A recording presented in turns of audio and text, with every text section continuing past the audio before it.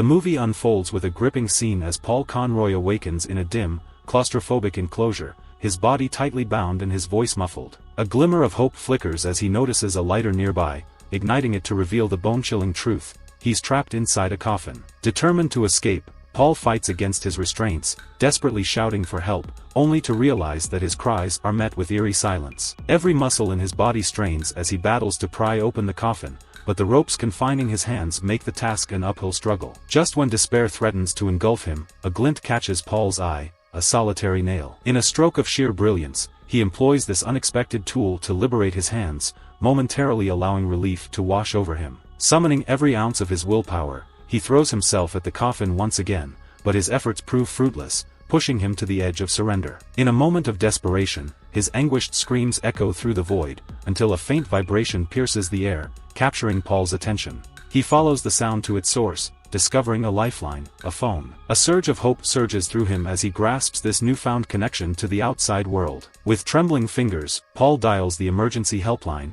his heart pounding in his chest. Against all odds, the call connects, and he wastes no time in introducing himself as an American truck driver working in Iraq, the urgency palpable in his voice. He divulges the terrifying truth of his predicament: buried alive in a coffin with no clue about his location. Yet, the operator's voice delivers a blow of disappointment. She is stationed in Ohio, unable to provide the immediate assistance Paul so desperately needs. Undeterred, he makes several attempts to contact his wife, yearning for her support, but her unresponsiveness hints at a possible absence from home, adding to his mounting despair. Filled with desperation, Paul manages to urgently message his wife, conveying the gravity of his situation in Iraq and urging her to contact the National Guard. Determined to find a lifeline, he reaches out to the Chicago FBI, his voice trembling with urgency as he begins recounting the heart-wrenching nightmare he has endured. Painted in vivid detail, Paul describes his role as a truck driver, innocently delivering kitchen supplies to a community center, only to be thrust into a horrifying ordeal.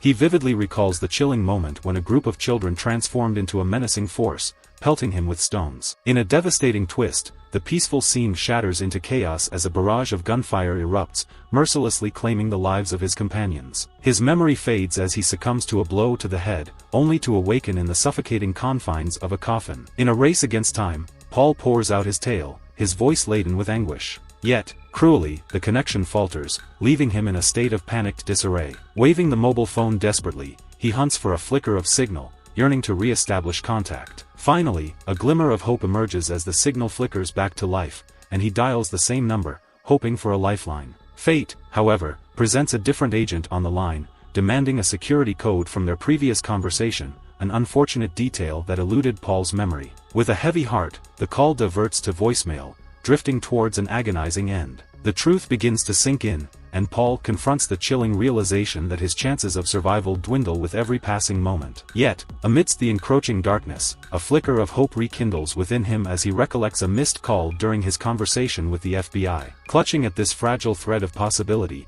he dials the number with a trembling hand, anticipation swelling within him. And then, a voice breaks through the silence, asking the crucial question: "Are you an American soldier?" Defiantly, Paul declares, "I may not wear a soldier's uniform, but I assure you, I'm just a regular truck driver trying to make a living in Iraq." Yet, skepticism lingers in the voice of the man on the other end, firing back: "If you're American, you're part of the army, whether you like it or not." The tension escalates as the man imposes a harrowing ultimatum on Paul: cough up an outrageous sum of $5 million by 9 p.m., or face the bone-chilling prospect of being buried alive. Shockingly, the orchestrator of this nightmarish ordeal reveals himself to be the very person Paul is conversing with. Paul's nerves jangle as he musters the courage to explain his financial constraints, emphasizing his status as a humble truck driver without the means to conjure such an astronomical amount. He emphasizes that if he had that kind of wealth, he wouldn't be toiling away in Iraq. However, the man offers a glimmer of hope amidst the chaos, suggesting that Paul turn to the American embassy for aid.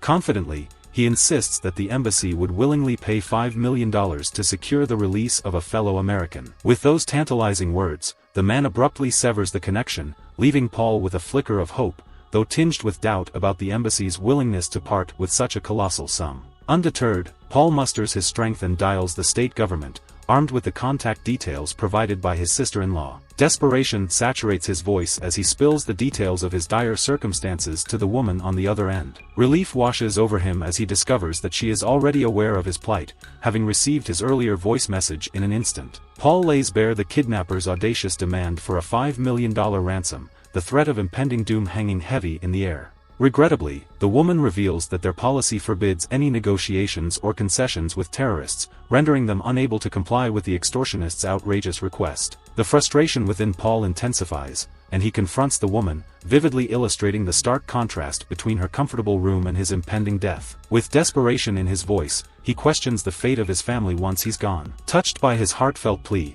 the woman's demeanor softens, and she shares the crucial contact details of Dan, a man known as the commander of the hostage group in Iraq. Her assurance that Dan will come to his aid fills Paul with renewed hope, prompting him to dial Dan's number with a sense of urgency. As he hears Dan's calm voice on the other end, a wave of relief washes over him when he realizes that Dan is already aware of his perilous situation. In a soothing tone, Dan advises Paul to keep his composure, guaranteeing his safe rescue before the clock strikes 9 o'clock. Instructing Paul to conserve his phone's battery by muting it and advising him to take slow, deep breaths to conserve oxygen within the confines of the coffin, Dan provides vital guidance for Paul's survival. Just as Paul ends the call, his heart skips a beat as the kidnapper's ring pierces the silence once more. Bracing himself, Paul shares the disappointing news that the American government has rejected the demand for a staggering $5 million, underscoring his identity as a mere truck driver. Astonishingly, the kidnapper seems to believe his words, relenting on the ransom amount and reducing it to $1 million. However, there's a catch. The kidnapper insists that Paul records a video pleading for the American government's intervention. Elaborating further, he reveals the presence of a mysterious bag concealed within the coffin. It contains a compact script that Paul must recite during the video recording. Unaware of this unexpected twist, Paul's eyes dart downwards, and a surge of excitement electrifies his body. Inside the bag, he uncovers a source of light, the script itself, a knife, and a bottle of alcohol, all serving as potential tools for his extraordinary journey. Paul's desperation reaches new heights as he frantically tries to contact his wife, only to be met with disappointment once again. The sinking feeling in his gut intensifies as he realizes that his phone's battery is dwindling rapidly, adding an extra layer of anxiety to his already dire situation. Feeling trapped with no clear way out, he dials Dan's number with a sense of urgency, divulging the kidnapper's unsettling demand for a video. Though Dan refrains from explicitly giving his approval, he offers reassurance, assuring Paul that their team is tirelessly working towards his rescue. In an attempt to ignite a flicker of hope,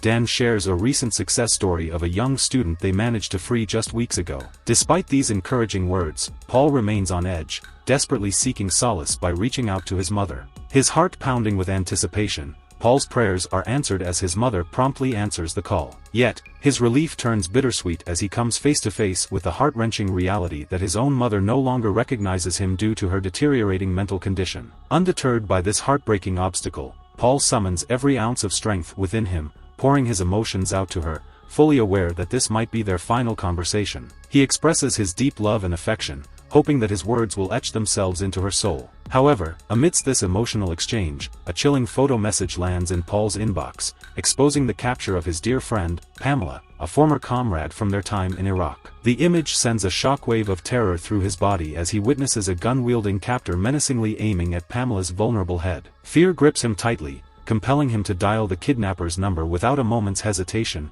desperately pleading for Pamela's safety while promising compliance with the ruthless demands. In a bone-chilling response, the kidnapper callously reveals the painful loss of his own children at the hands of American soldiers, dismissing Paul's plea for mercy with a heartless demeanor. As the call abruptly ends, Paul finds himself thrust into the chilling obligation of recording the demanded video, laying bare his American citizenship and the haunting truth of his abduction in Iraq. With his life hanging by a thread, he beseeches the captors for a hefty ransom of $1 million, with the clock ticking relentlessly towards 9 p.m. The weight of the situation presses upon him, but his fragile senses are jolted by a ghastly revelation. An insidious venomous snake has slithered through a minuscule opening, coiling itself within the suffocating confines of the coffin. Panic initially overwhelms him, causing his voice to erupt in a cry of terror. However, Paul's determination resurfaces, pushing him to regain his composure and devise a daring plan to outsmart the treacherous intruder. Paul's resourcefulness shines as he uses the discovered alcohol to start a fire,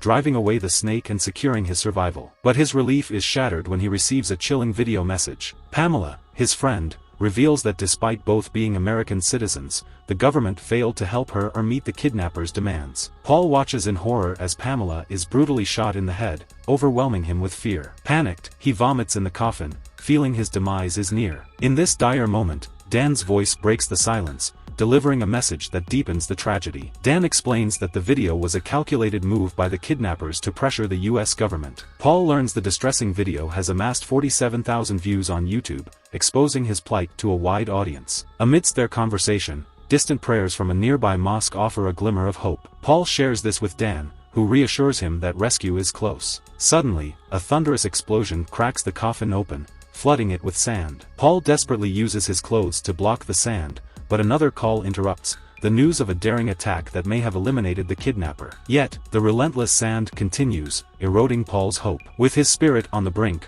Paul records a final video for his wife and son, pouring out his emotions. But the kidnapper, still alive, contacts him with an ultimatum: pay $1 million to survive. Defiant, Paul refuses, stating the government won't yield to financial coercion. As a response, the kidnapper forces Paul to mutilate his own finger and create a video to intensify the pressure on the government. Fearing for the safety of his wife and son, Paul refuses initially, but the kidnapper threatens to harm them and even reveals their home address. Overwhelmed with fear, Paul reluctantly cuts his finger and records a video to protect his family. In a moment of fleeting hope, he sees a ray of light from above, believing rescue is imminent. However, he soon realizes it's a hallucination, and he remains trapped in the coffin with no escape. Just then, a call comes in from Dan, who informs Paul that they have located him and are working on his extraction. Finally, Paul's wife reaches him on the phone, her voice filled with tears as she desperately asks about his well-being. He assures her that he is fine and rescue is on its way, promising to return home soon. Meanwhile, the sand continues to pour into the coffin, threatening to bury Paul alive before help arrives. Anxious, he calls Dan, urging for a swift rescue. Dan reassures him that they are almost there. However, when the coffin is finally opened, to Paul's dismay, they find another man inside instead. Crushed and devoid of hope, Paul finally accepts his fate. Dan, still on the call, apologizes profusely for being unable to save him. The movie concludes as the sand completely fills the coffin, and darkness envelopes Paul's existence.